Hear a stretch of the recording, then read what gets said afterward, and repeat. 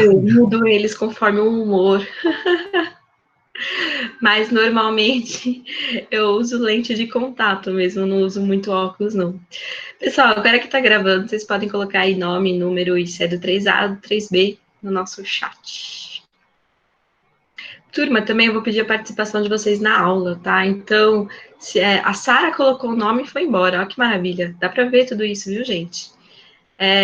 Então, se tiver alguma dúvida no meio da aula, se quiserem fazer alguma pergunta, algum comentário, a Marcela é outra que colocou o nome, também já foi embora, pode parar a aula e falar, tá? Eu prefiro que vocês tirem a dúvida e façam essa interação agora, porque senão eu me sinto falando com um note cheio de letrinhas na tela. E é isso que eu tô vendo, né? É que a Natália tá chegando atrasada. Vamos lá. Vou começar a apresentar para vocês a nossa aula de hoje. A gente terminou Nietzsche na aula passada, né? A gente já viu todos os conceitos do Nietzsche. Aí vocês percebem ali que o Nietzsche começa a falar de uma questão da vontade, que impulsiona a gente para o agir. Então, tudo isso aí, quando Freud, a gente vai falar de Freud na aula de hoje, de Freud e do Jung, quando Freud, como leitor do Nietzsche, lê essa questão da vontade como potência, ele vai começar a questionar de onde que vem essa vontade, né? O que faz com que a gente crie essa vontade. E aí ele começa a pensar nessa interioridade do ser e aquilo que nos impulsiona a agir, e vai começar a estudar essa interioridade, criando aí a psicanálise, que a gente vai falar um pouquinho dela, e dos conceitos de Freud, tá? Turma, é o seguinte, o Freud, ele não é da área da filosofia, né? Ele é da área da psicologia. Então, a gente vai falar só de alguns conceitos específicos que são interessantes para a gente continuar compreendendo aí a história da filosofia, aquilo que vai vir depois, que é o existencialismo, que a gente já começa na próxima aula, tá? Então, a gente vai falar do Freud e do Jung. Então, vou começar a apresentar aí para vocês. Começou a apresentar aí, pessoal? Apareceu para vocês na tela? Começou, Sora. Beleza. Então, a gente vai falar um pouquinho os conceitos aí, o que é a consciência e o que é o subconsciente, para poder entender da onde que o Freud vai tirar as ideias do subconsciente. Na verdade, ele é o primeiro a falar sobre um inconsciente que está internalizado no ser, que a gente não alcança ele de maneira acordada ou de maneira consciente. Então, a gente vai tentar entender primeiro o que é isso, né? Então, essa parte aí da filosofia, esse período histórico, vai estudar um pouco sobre a questão do que é a consciência. Deixa eu só autorizar os alunos atrasados a entrarem. O Pedro Henrique está chegando agora. Pedro, não esquece de colocar aí no chat nome, número, e se é do 3A ou do 3B. Peraí que tem mais um aí chegando. Sora. Fala. O Freud falava, tinha alguma forma de alcançar o subconsciente, assim, acordado, assim, sem ser dormindo? Tem. Você já fez psicanálise, Lu? Não sei. Tá. Então tá, uma questão pessoal, vai. Bom, eu já fiz, né? E, assim, eu acho interessante ver o tipo de psicanálise que a pessoa usa, que a psicóloga usa. Já fiz. Assim, Tô lembrando aqui. é interessante a gente fazer pelo menos uma vez na vida para entender como que é, né? E eu, sim, sou meio curiosa, então eu já fiz. E aí, já fiz de 3 maneiras diferentes, né? A freudiana, que eu não sou fã, tá? Não sou fã. Tem também a junguiana, que a gente vai falar um pouquinho dela. A junguiana, ela, conforme você vai falando sobre as suas questões, né? A psicóloga, ela é formada para perceber determinadas falas, determinadas palavras, determinados atos e fazer relações com aquilo que está no seu inconsciente. Então, você está acordada. Na freudiana, você também está acordada, né? Mas elas estudam para poder ter acesso a esse seu inconsciente, conforme você está narrando determinada história ou colocando algum problema, entendeu?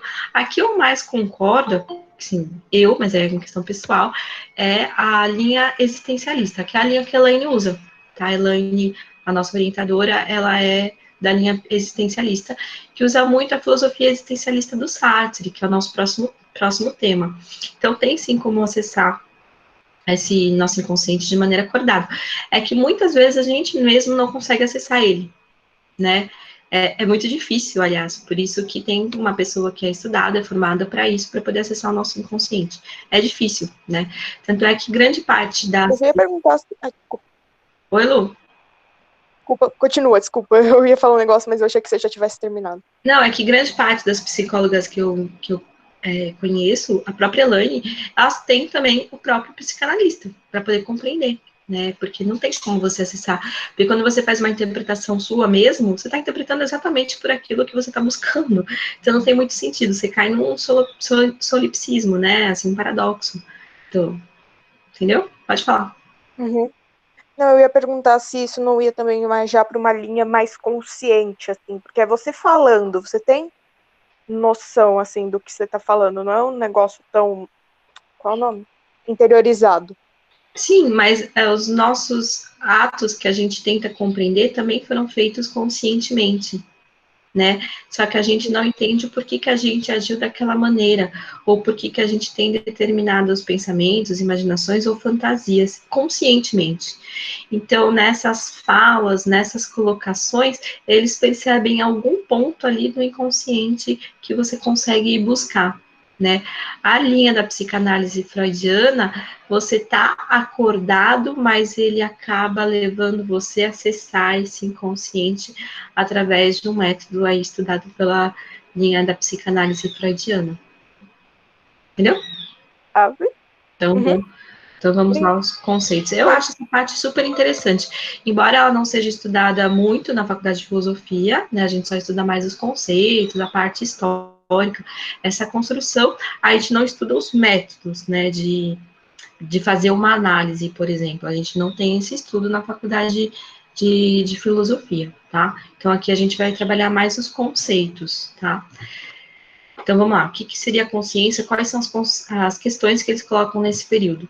Então, a consciência é uma atitude filosófica de desbanalizar o banal e reencantar a vida, fazendo-nos prestar mais atenção a nossos mínimos atos, emoções e pensamentos. A filosofia esse período vai ser super interiorizado, tá? Ela nos ajuda, enfim, a viver com mais consciência, com sabedoria desse momento daqui e agora. Ter consciência é estar presente, né? Quais são as questões filosóficas colocadas nesse período? O que é a consciência? Se há relação entre consciência e cultura? Se a consciência é sempre a mesma ou evolui? E eu colocaria outras questões filosóficas, por exemplo, se as nossas ações, elas podem ser responsabilizadas quando elas são feitas de maneira inconsciente. Então, tem outras questões filosóficas que são acrescentadas aí pelo existencialismo, que é a nossa próxima aula, tá? Então, vamos lá. O que é a consciência?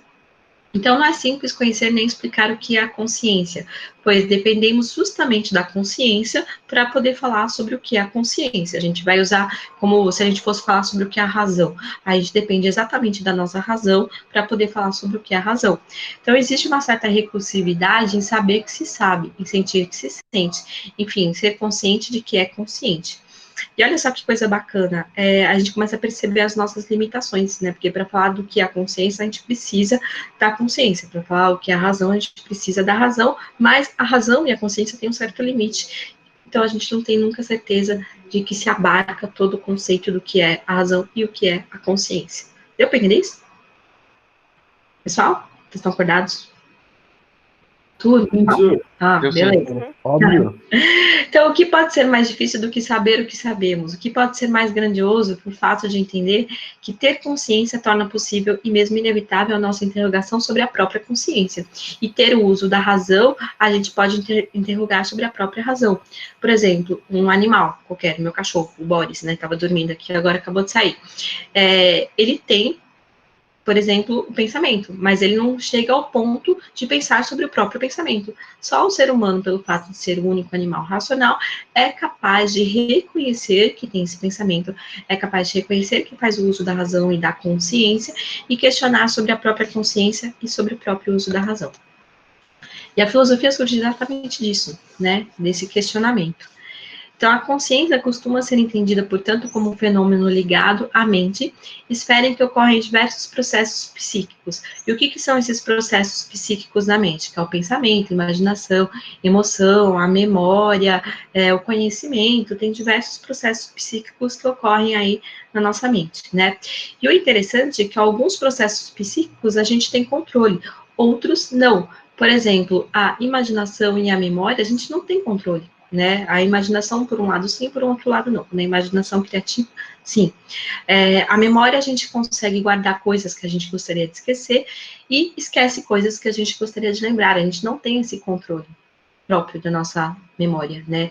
E também a imaginação, no sentido de que você está, de repente, num lugar em que você deveria estar consciente daquele momento, mas a sua imaginação começa a te atrapalhar e mudar o foco da sua consciência daquele momento. Isso acontece muito em aula, né? A gente deveria ter o foco naquela aula, mas aí surge aquela imaginação ou fantasias e que você começa a pensar em outras coisas e que desviam o nosso foco. A gente também não tem um certo controle, e aí é uma questão de treino também, de você consegue treinar a sua mão, a sua mente, para poder ter foco em alguma questão que você queira ter.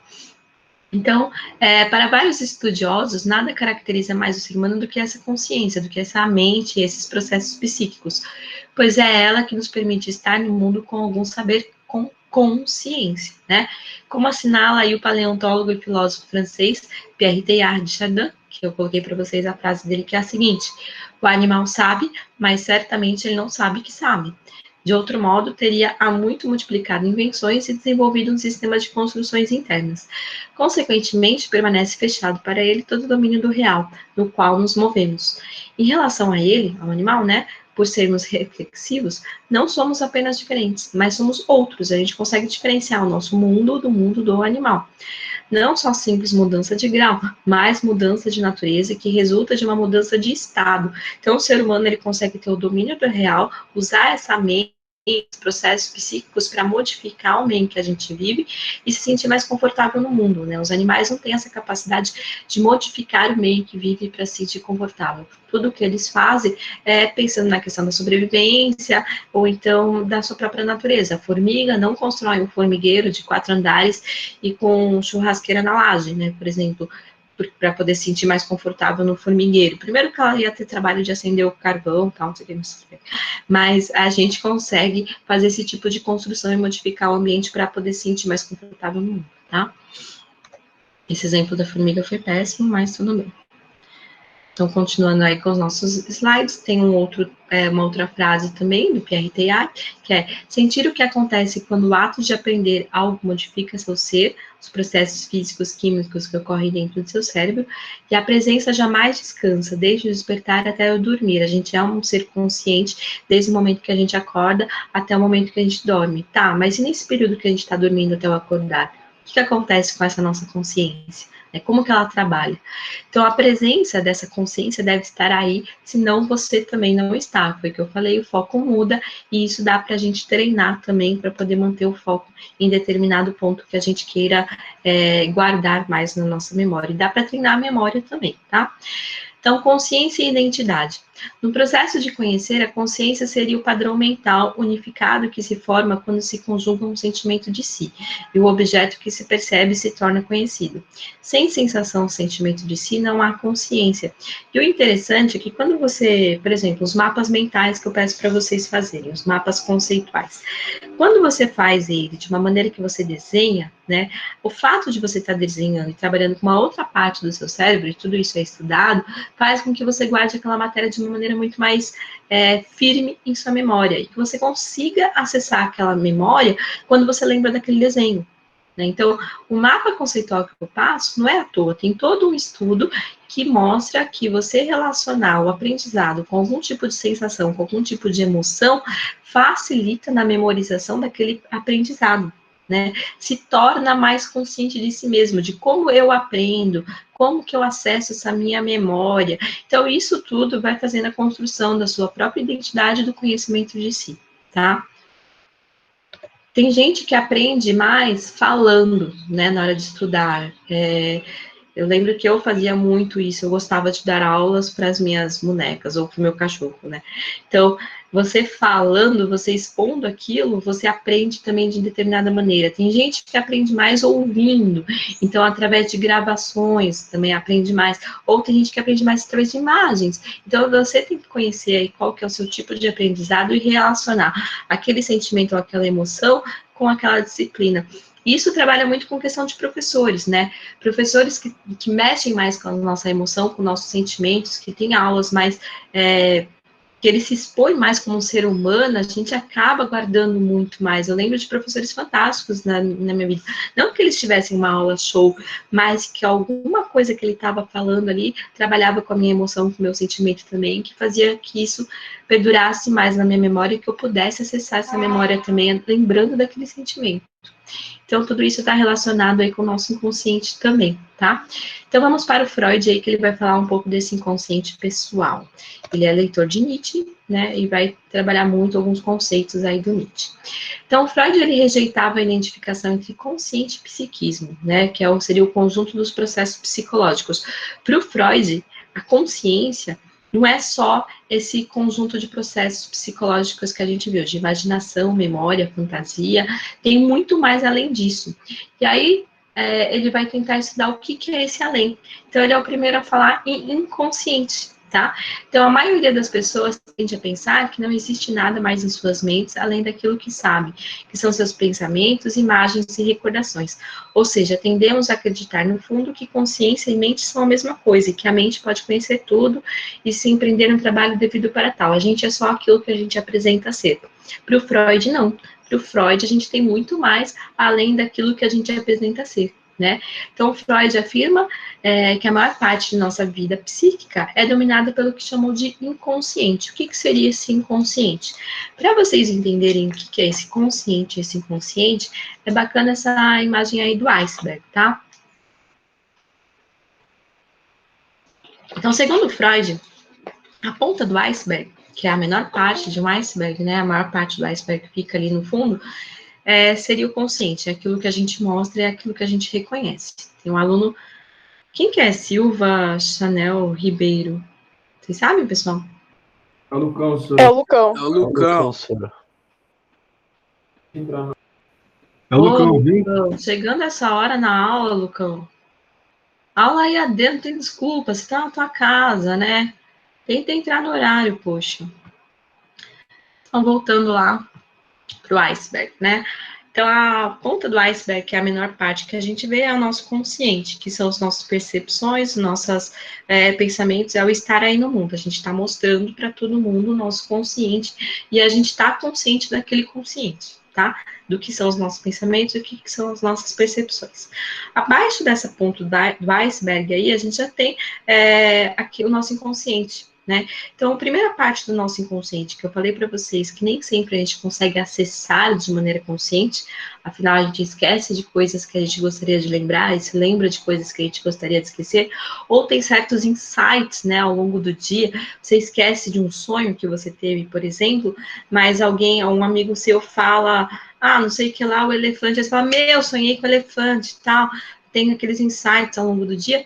Então, nessa segunda parte aí do iceberg, que já está no campo do inconsciente, tá a memória, fantasias e as lembranças. Tá? A gente não consegue acessar de maneira tão simples assim.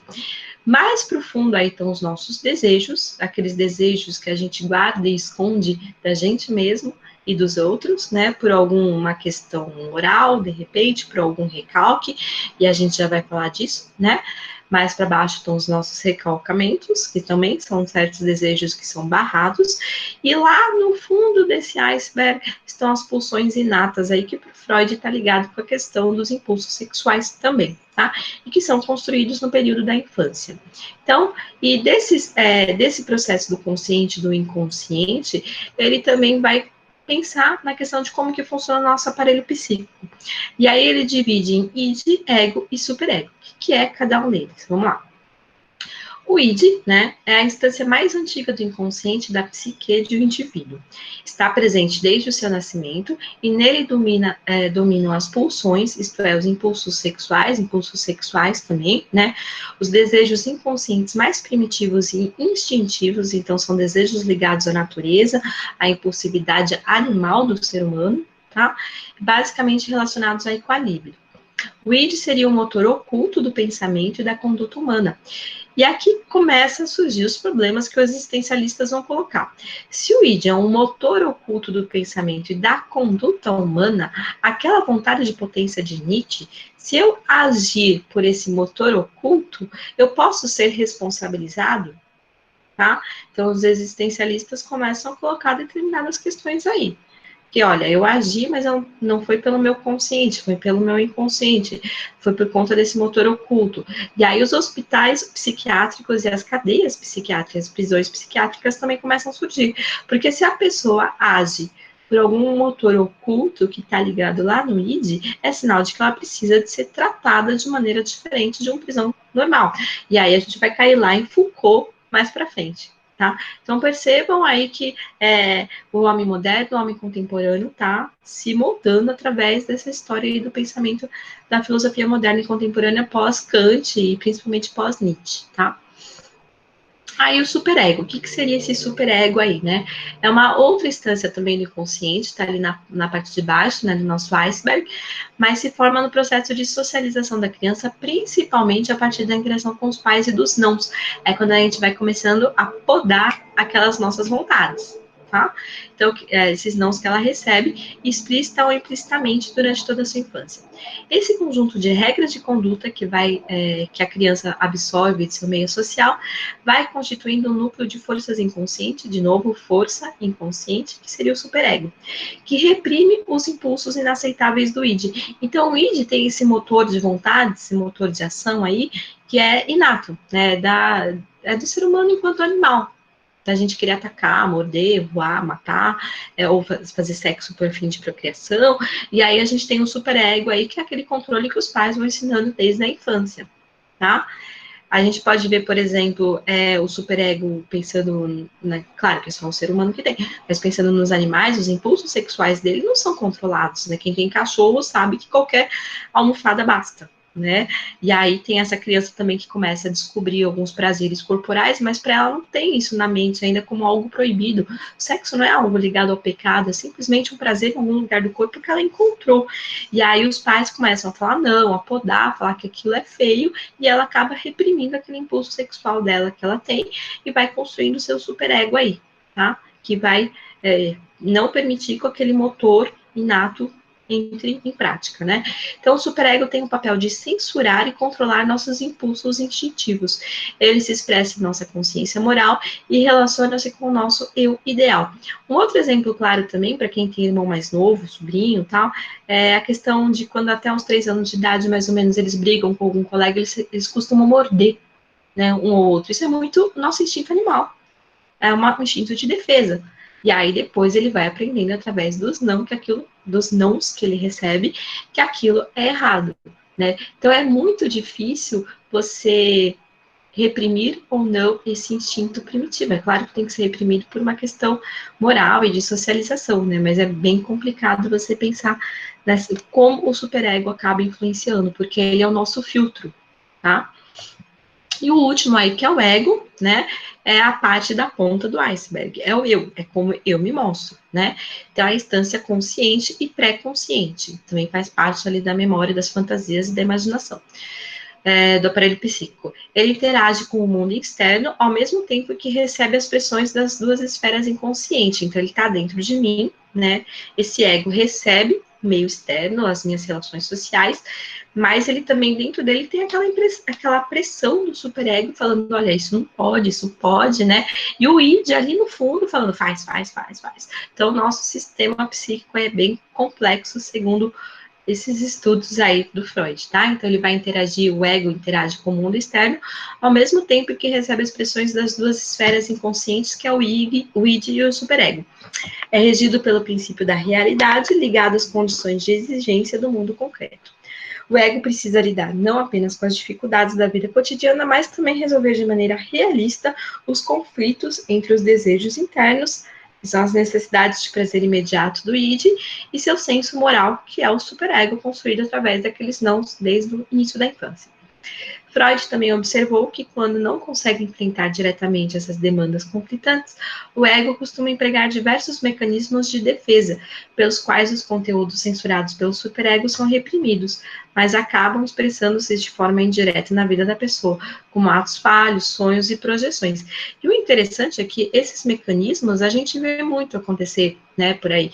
São pessoas que criam comportamentos, por exemplo, imaturos, dependendo da idade, que é uma maneira de defender, de autodefesa mesmo do ego, de não realizar aqueles desejos, aquela pressão que o id está exercendo sobre o seu superego. Ou então, de projeção, né? Você projetar a sua vida na vida de uma outra pessoa, projetar a vida de outra pessoa na sua própria vida. Então, a gente acaba criando aí mecanismos de autodefesa mesmo para não realizar aqueles desejos que são reprimidos pelo superego. Pessoal, até aqui, ok? Turma. Sim, Sora. Tá, Gabi. Alguma dúvida? Querem fazer algum tipo de comentário? Beleza, que senão só eu fico falando aqui já. Só uma Sora. pergunta mesmo. Fala, Luísa. Não, era só pra perguntar. Acontece às vezes, sei lá, do subconsciente inverter assim no iceberg com o consciente? Tô Nossa, perguntando por experiência própria. É muito confuso. Eu tô tentando descobrir o que aconteceu. inverter, eu diria que não, porque o que nos liga à realidade é o consciente.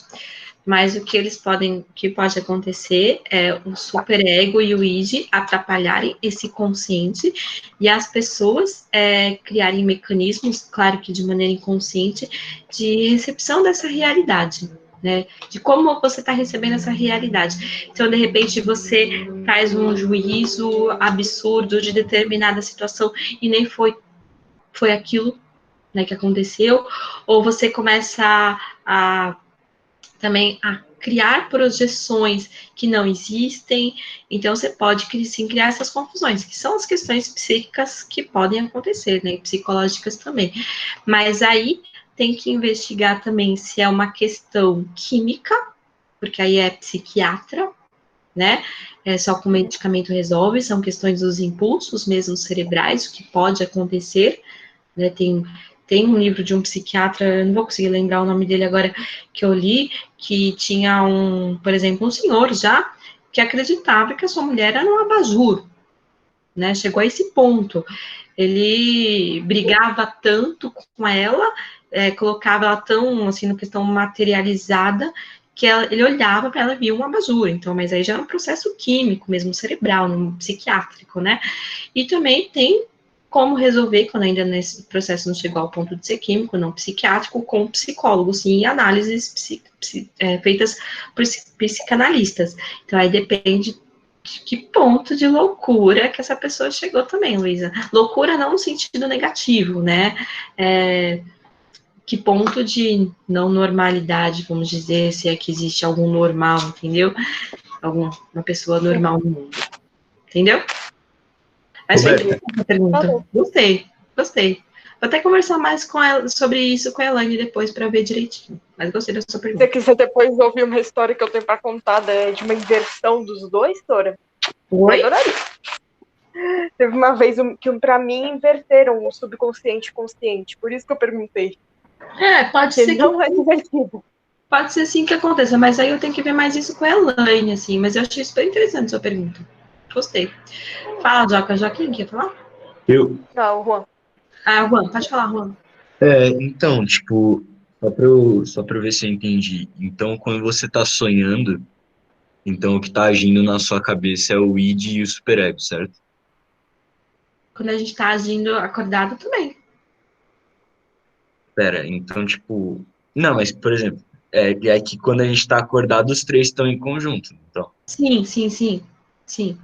E aí, Mas tipo, o ego não entraria nesse lance do eu sonho? entendi. Quando a gente tá dormindo, o consciente fecha e o subconsciente abre. Sim. É o id e o superego, sim. Tá certo, Juan. Porque, tipo, eu tava pensando que tem aquele lance dos sonhos lúcidos, né? Que, tipo, você meio que consegue controlar o que você tá sonhando, se Ah, você mas souber que você tá num sonho. E aí, tipo, isso é o ego agindo? é o superego. Superego agindo. É o superego, porque ele está agindo no sonho, né? Mas para você chegar a esse nível também é um exercício, não é tão simples você conseguir controlar o seu sonho, né? Eu nunca tentei. Você Não, mas consegue, Rô? então, tipo, se você tá controlando seu sonho, é porque você sabe que você tá sonhando, certo? Certo, você está consciente do seu sonho. Então, exatamente. Se você tá consciente, então é uma ação do ego ao invés do superego, não é? Então, mas quando a gente fecha o consciente, ainda tem o pré-consciente, né? Que é a memória, a imaginação, tem alguns pontos ali que ainda estão funcionando. Você não está mais consciente da realidade que o cerca, no sentido de ter sensações sensíveis mesmo, né? Táteis, só emoções. Então, você ainda tem esse pré-consciente acordado aí, que é imaginação, memória e fantasia. E na memória, você pode ali no sonho ativar que você quer controlar o seu sonho. Mas esse querer, eu não sei te dizer se é deliberado com o uso da razão, entendeu? Enquanto você sonha, Tá, acho que eu entendi. né? Então você tem um pré-consciente ali também que funciona no sonho, tá? Ah, beleza. Mas é legal esse assunto, né? Né, eu gosto muito. É. E essa questão da luz eu achei super interessante. Vou perguntar para a Elaine depois direitinho também, gostei dela, tá? Então, só para finalizar aqui, pessoal, o Freud, eu acho que não vai dar tempo da gente falar do Jung. Então, de acordo com a teoria freudiana, e trazer à consciência esses conteúdos reprimidos, esses conteúdos do inconsciente, do subconsciente aí, e entendê-los ajudaria o indivíduo a lidar com seus medos, inibições e a se adaptar melhor de maneira possível à sua realidade concreta no presente, né? Lembra que para o Nietzsche ali o que reprimiria a nossa vontade também seria a nossa moral, com peso cristão. Freud não concorda com isso. O peso do não na infância seria muito mais forte, tá? Então, ele vai criar aí a psicanálise, que é uma disciplina que consiste basicamente de uma teoria da mente e da conduta humana, vinculada a uma técnica terapêutica para ajudar as pessoas que apresentam problemas psicológicos ou psiquiátricos. Eu não concordo muito com essa definição também, eu acho que não são só problemas, é para a gente se conhecer um pouco melhor, eu acho super importante isso. Caracteriza-se pela interpretação por um terapeuta, que é um psicanalista, dos conteúdos inconscientes encontrados em palavras, sonhos e fantasias do paciente. Foi o que eu falei no começo da aula para a Luísa, né? Através de palavras que a gente fala ali, contando certas histórias, certas narrativas, ou ligando imagens com determinadas palavras, ele tem essa formação que ele consegue relacionar com o nosso superego e com o nosso id também, tá? Para tanto, utiliza-se de método de associação livre, em que o paciente expressa o que lhe vier à mente, falando e associando as palavras e ideias livremente, sem críticas ou preocupação de ser coerente, né? Então, a partir desse momento que você se sente mais à vontade, que você faz uma psicanálise, você vai conseguindo entender um pouco mais de si, o que faz parte do seu id e do seu superego. Pessoal, tem mais 4 minutinhos de aula, mas eu prefiro continuar a parte do Yang. Eu acho que eu nem vou começar, acaba 4h30, né? Tô vendo aqui. Nem vou começar o Yang para a gente não correr na aula. Eu caí no erro aí com a turma de Osasco de tentar fazer essa aula corrida para dar conta e eu não gostei muito da aula ser tão corrida. Então, eu prefiro parar aqui e começar o Yang na próxima aula, tudo bem? Turma, beleza? Então, é o Sim. seguinte, ó, lá no Moodle tem esse material já para vocês, e também eu coloquei o material do existencialismo, mas por enquanto só deixem o material lá do existencialismo quietinho. Quando a gente começar a entrar na aula desse tema, eu aviso vocês, tá bom? Então, uma ótima semana para todos. Obrigada a vocês por estarem aqui. Se cuidem. Qualquer dúvida pode mandar aí pelo Moodle ou por e-mail também,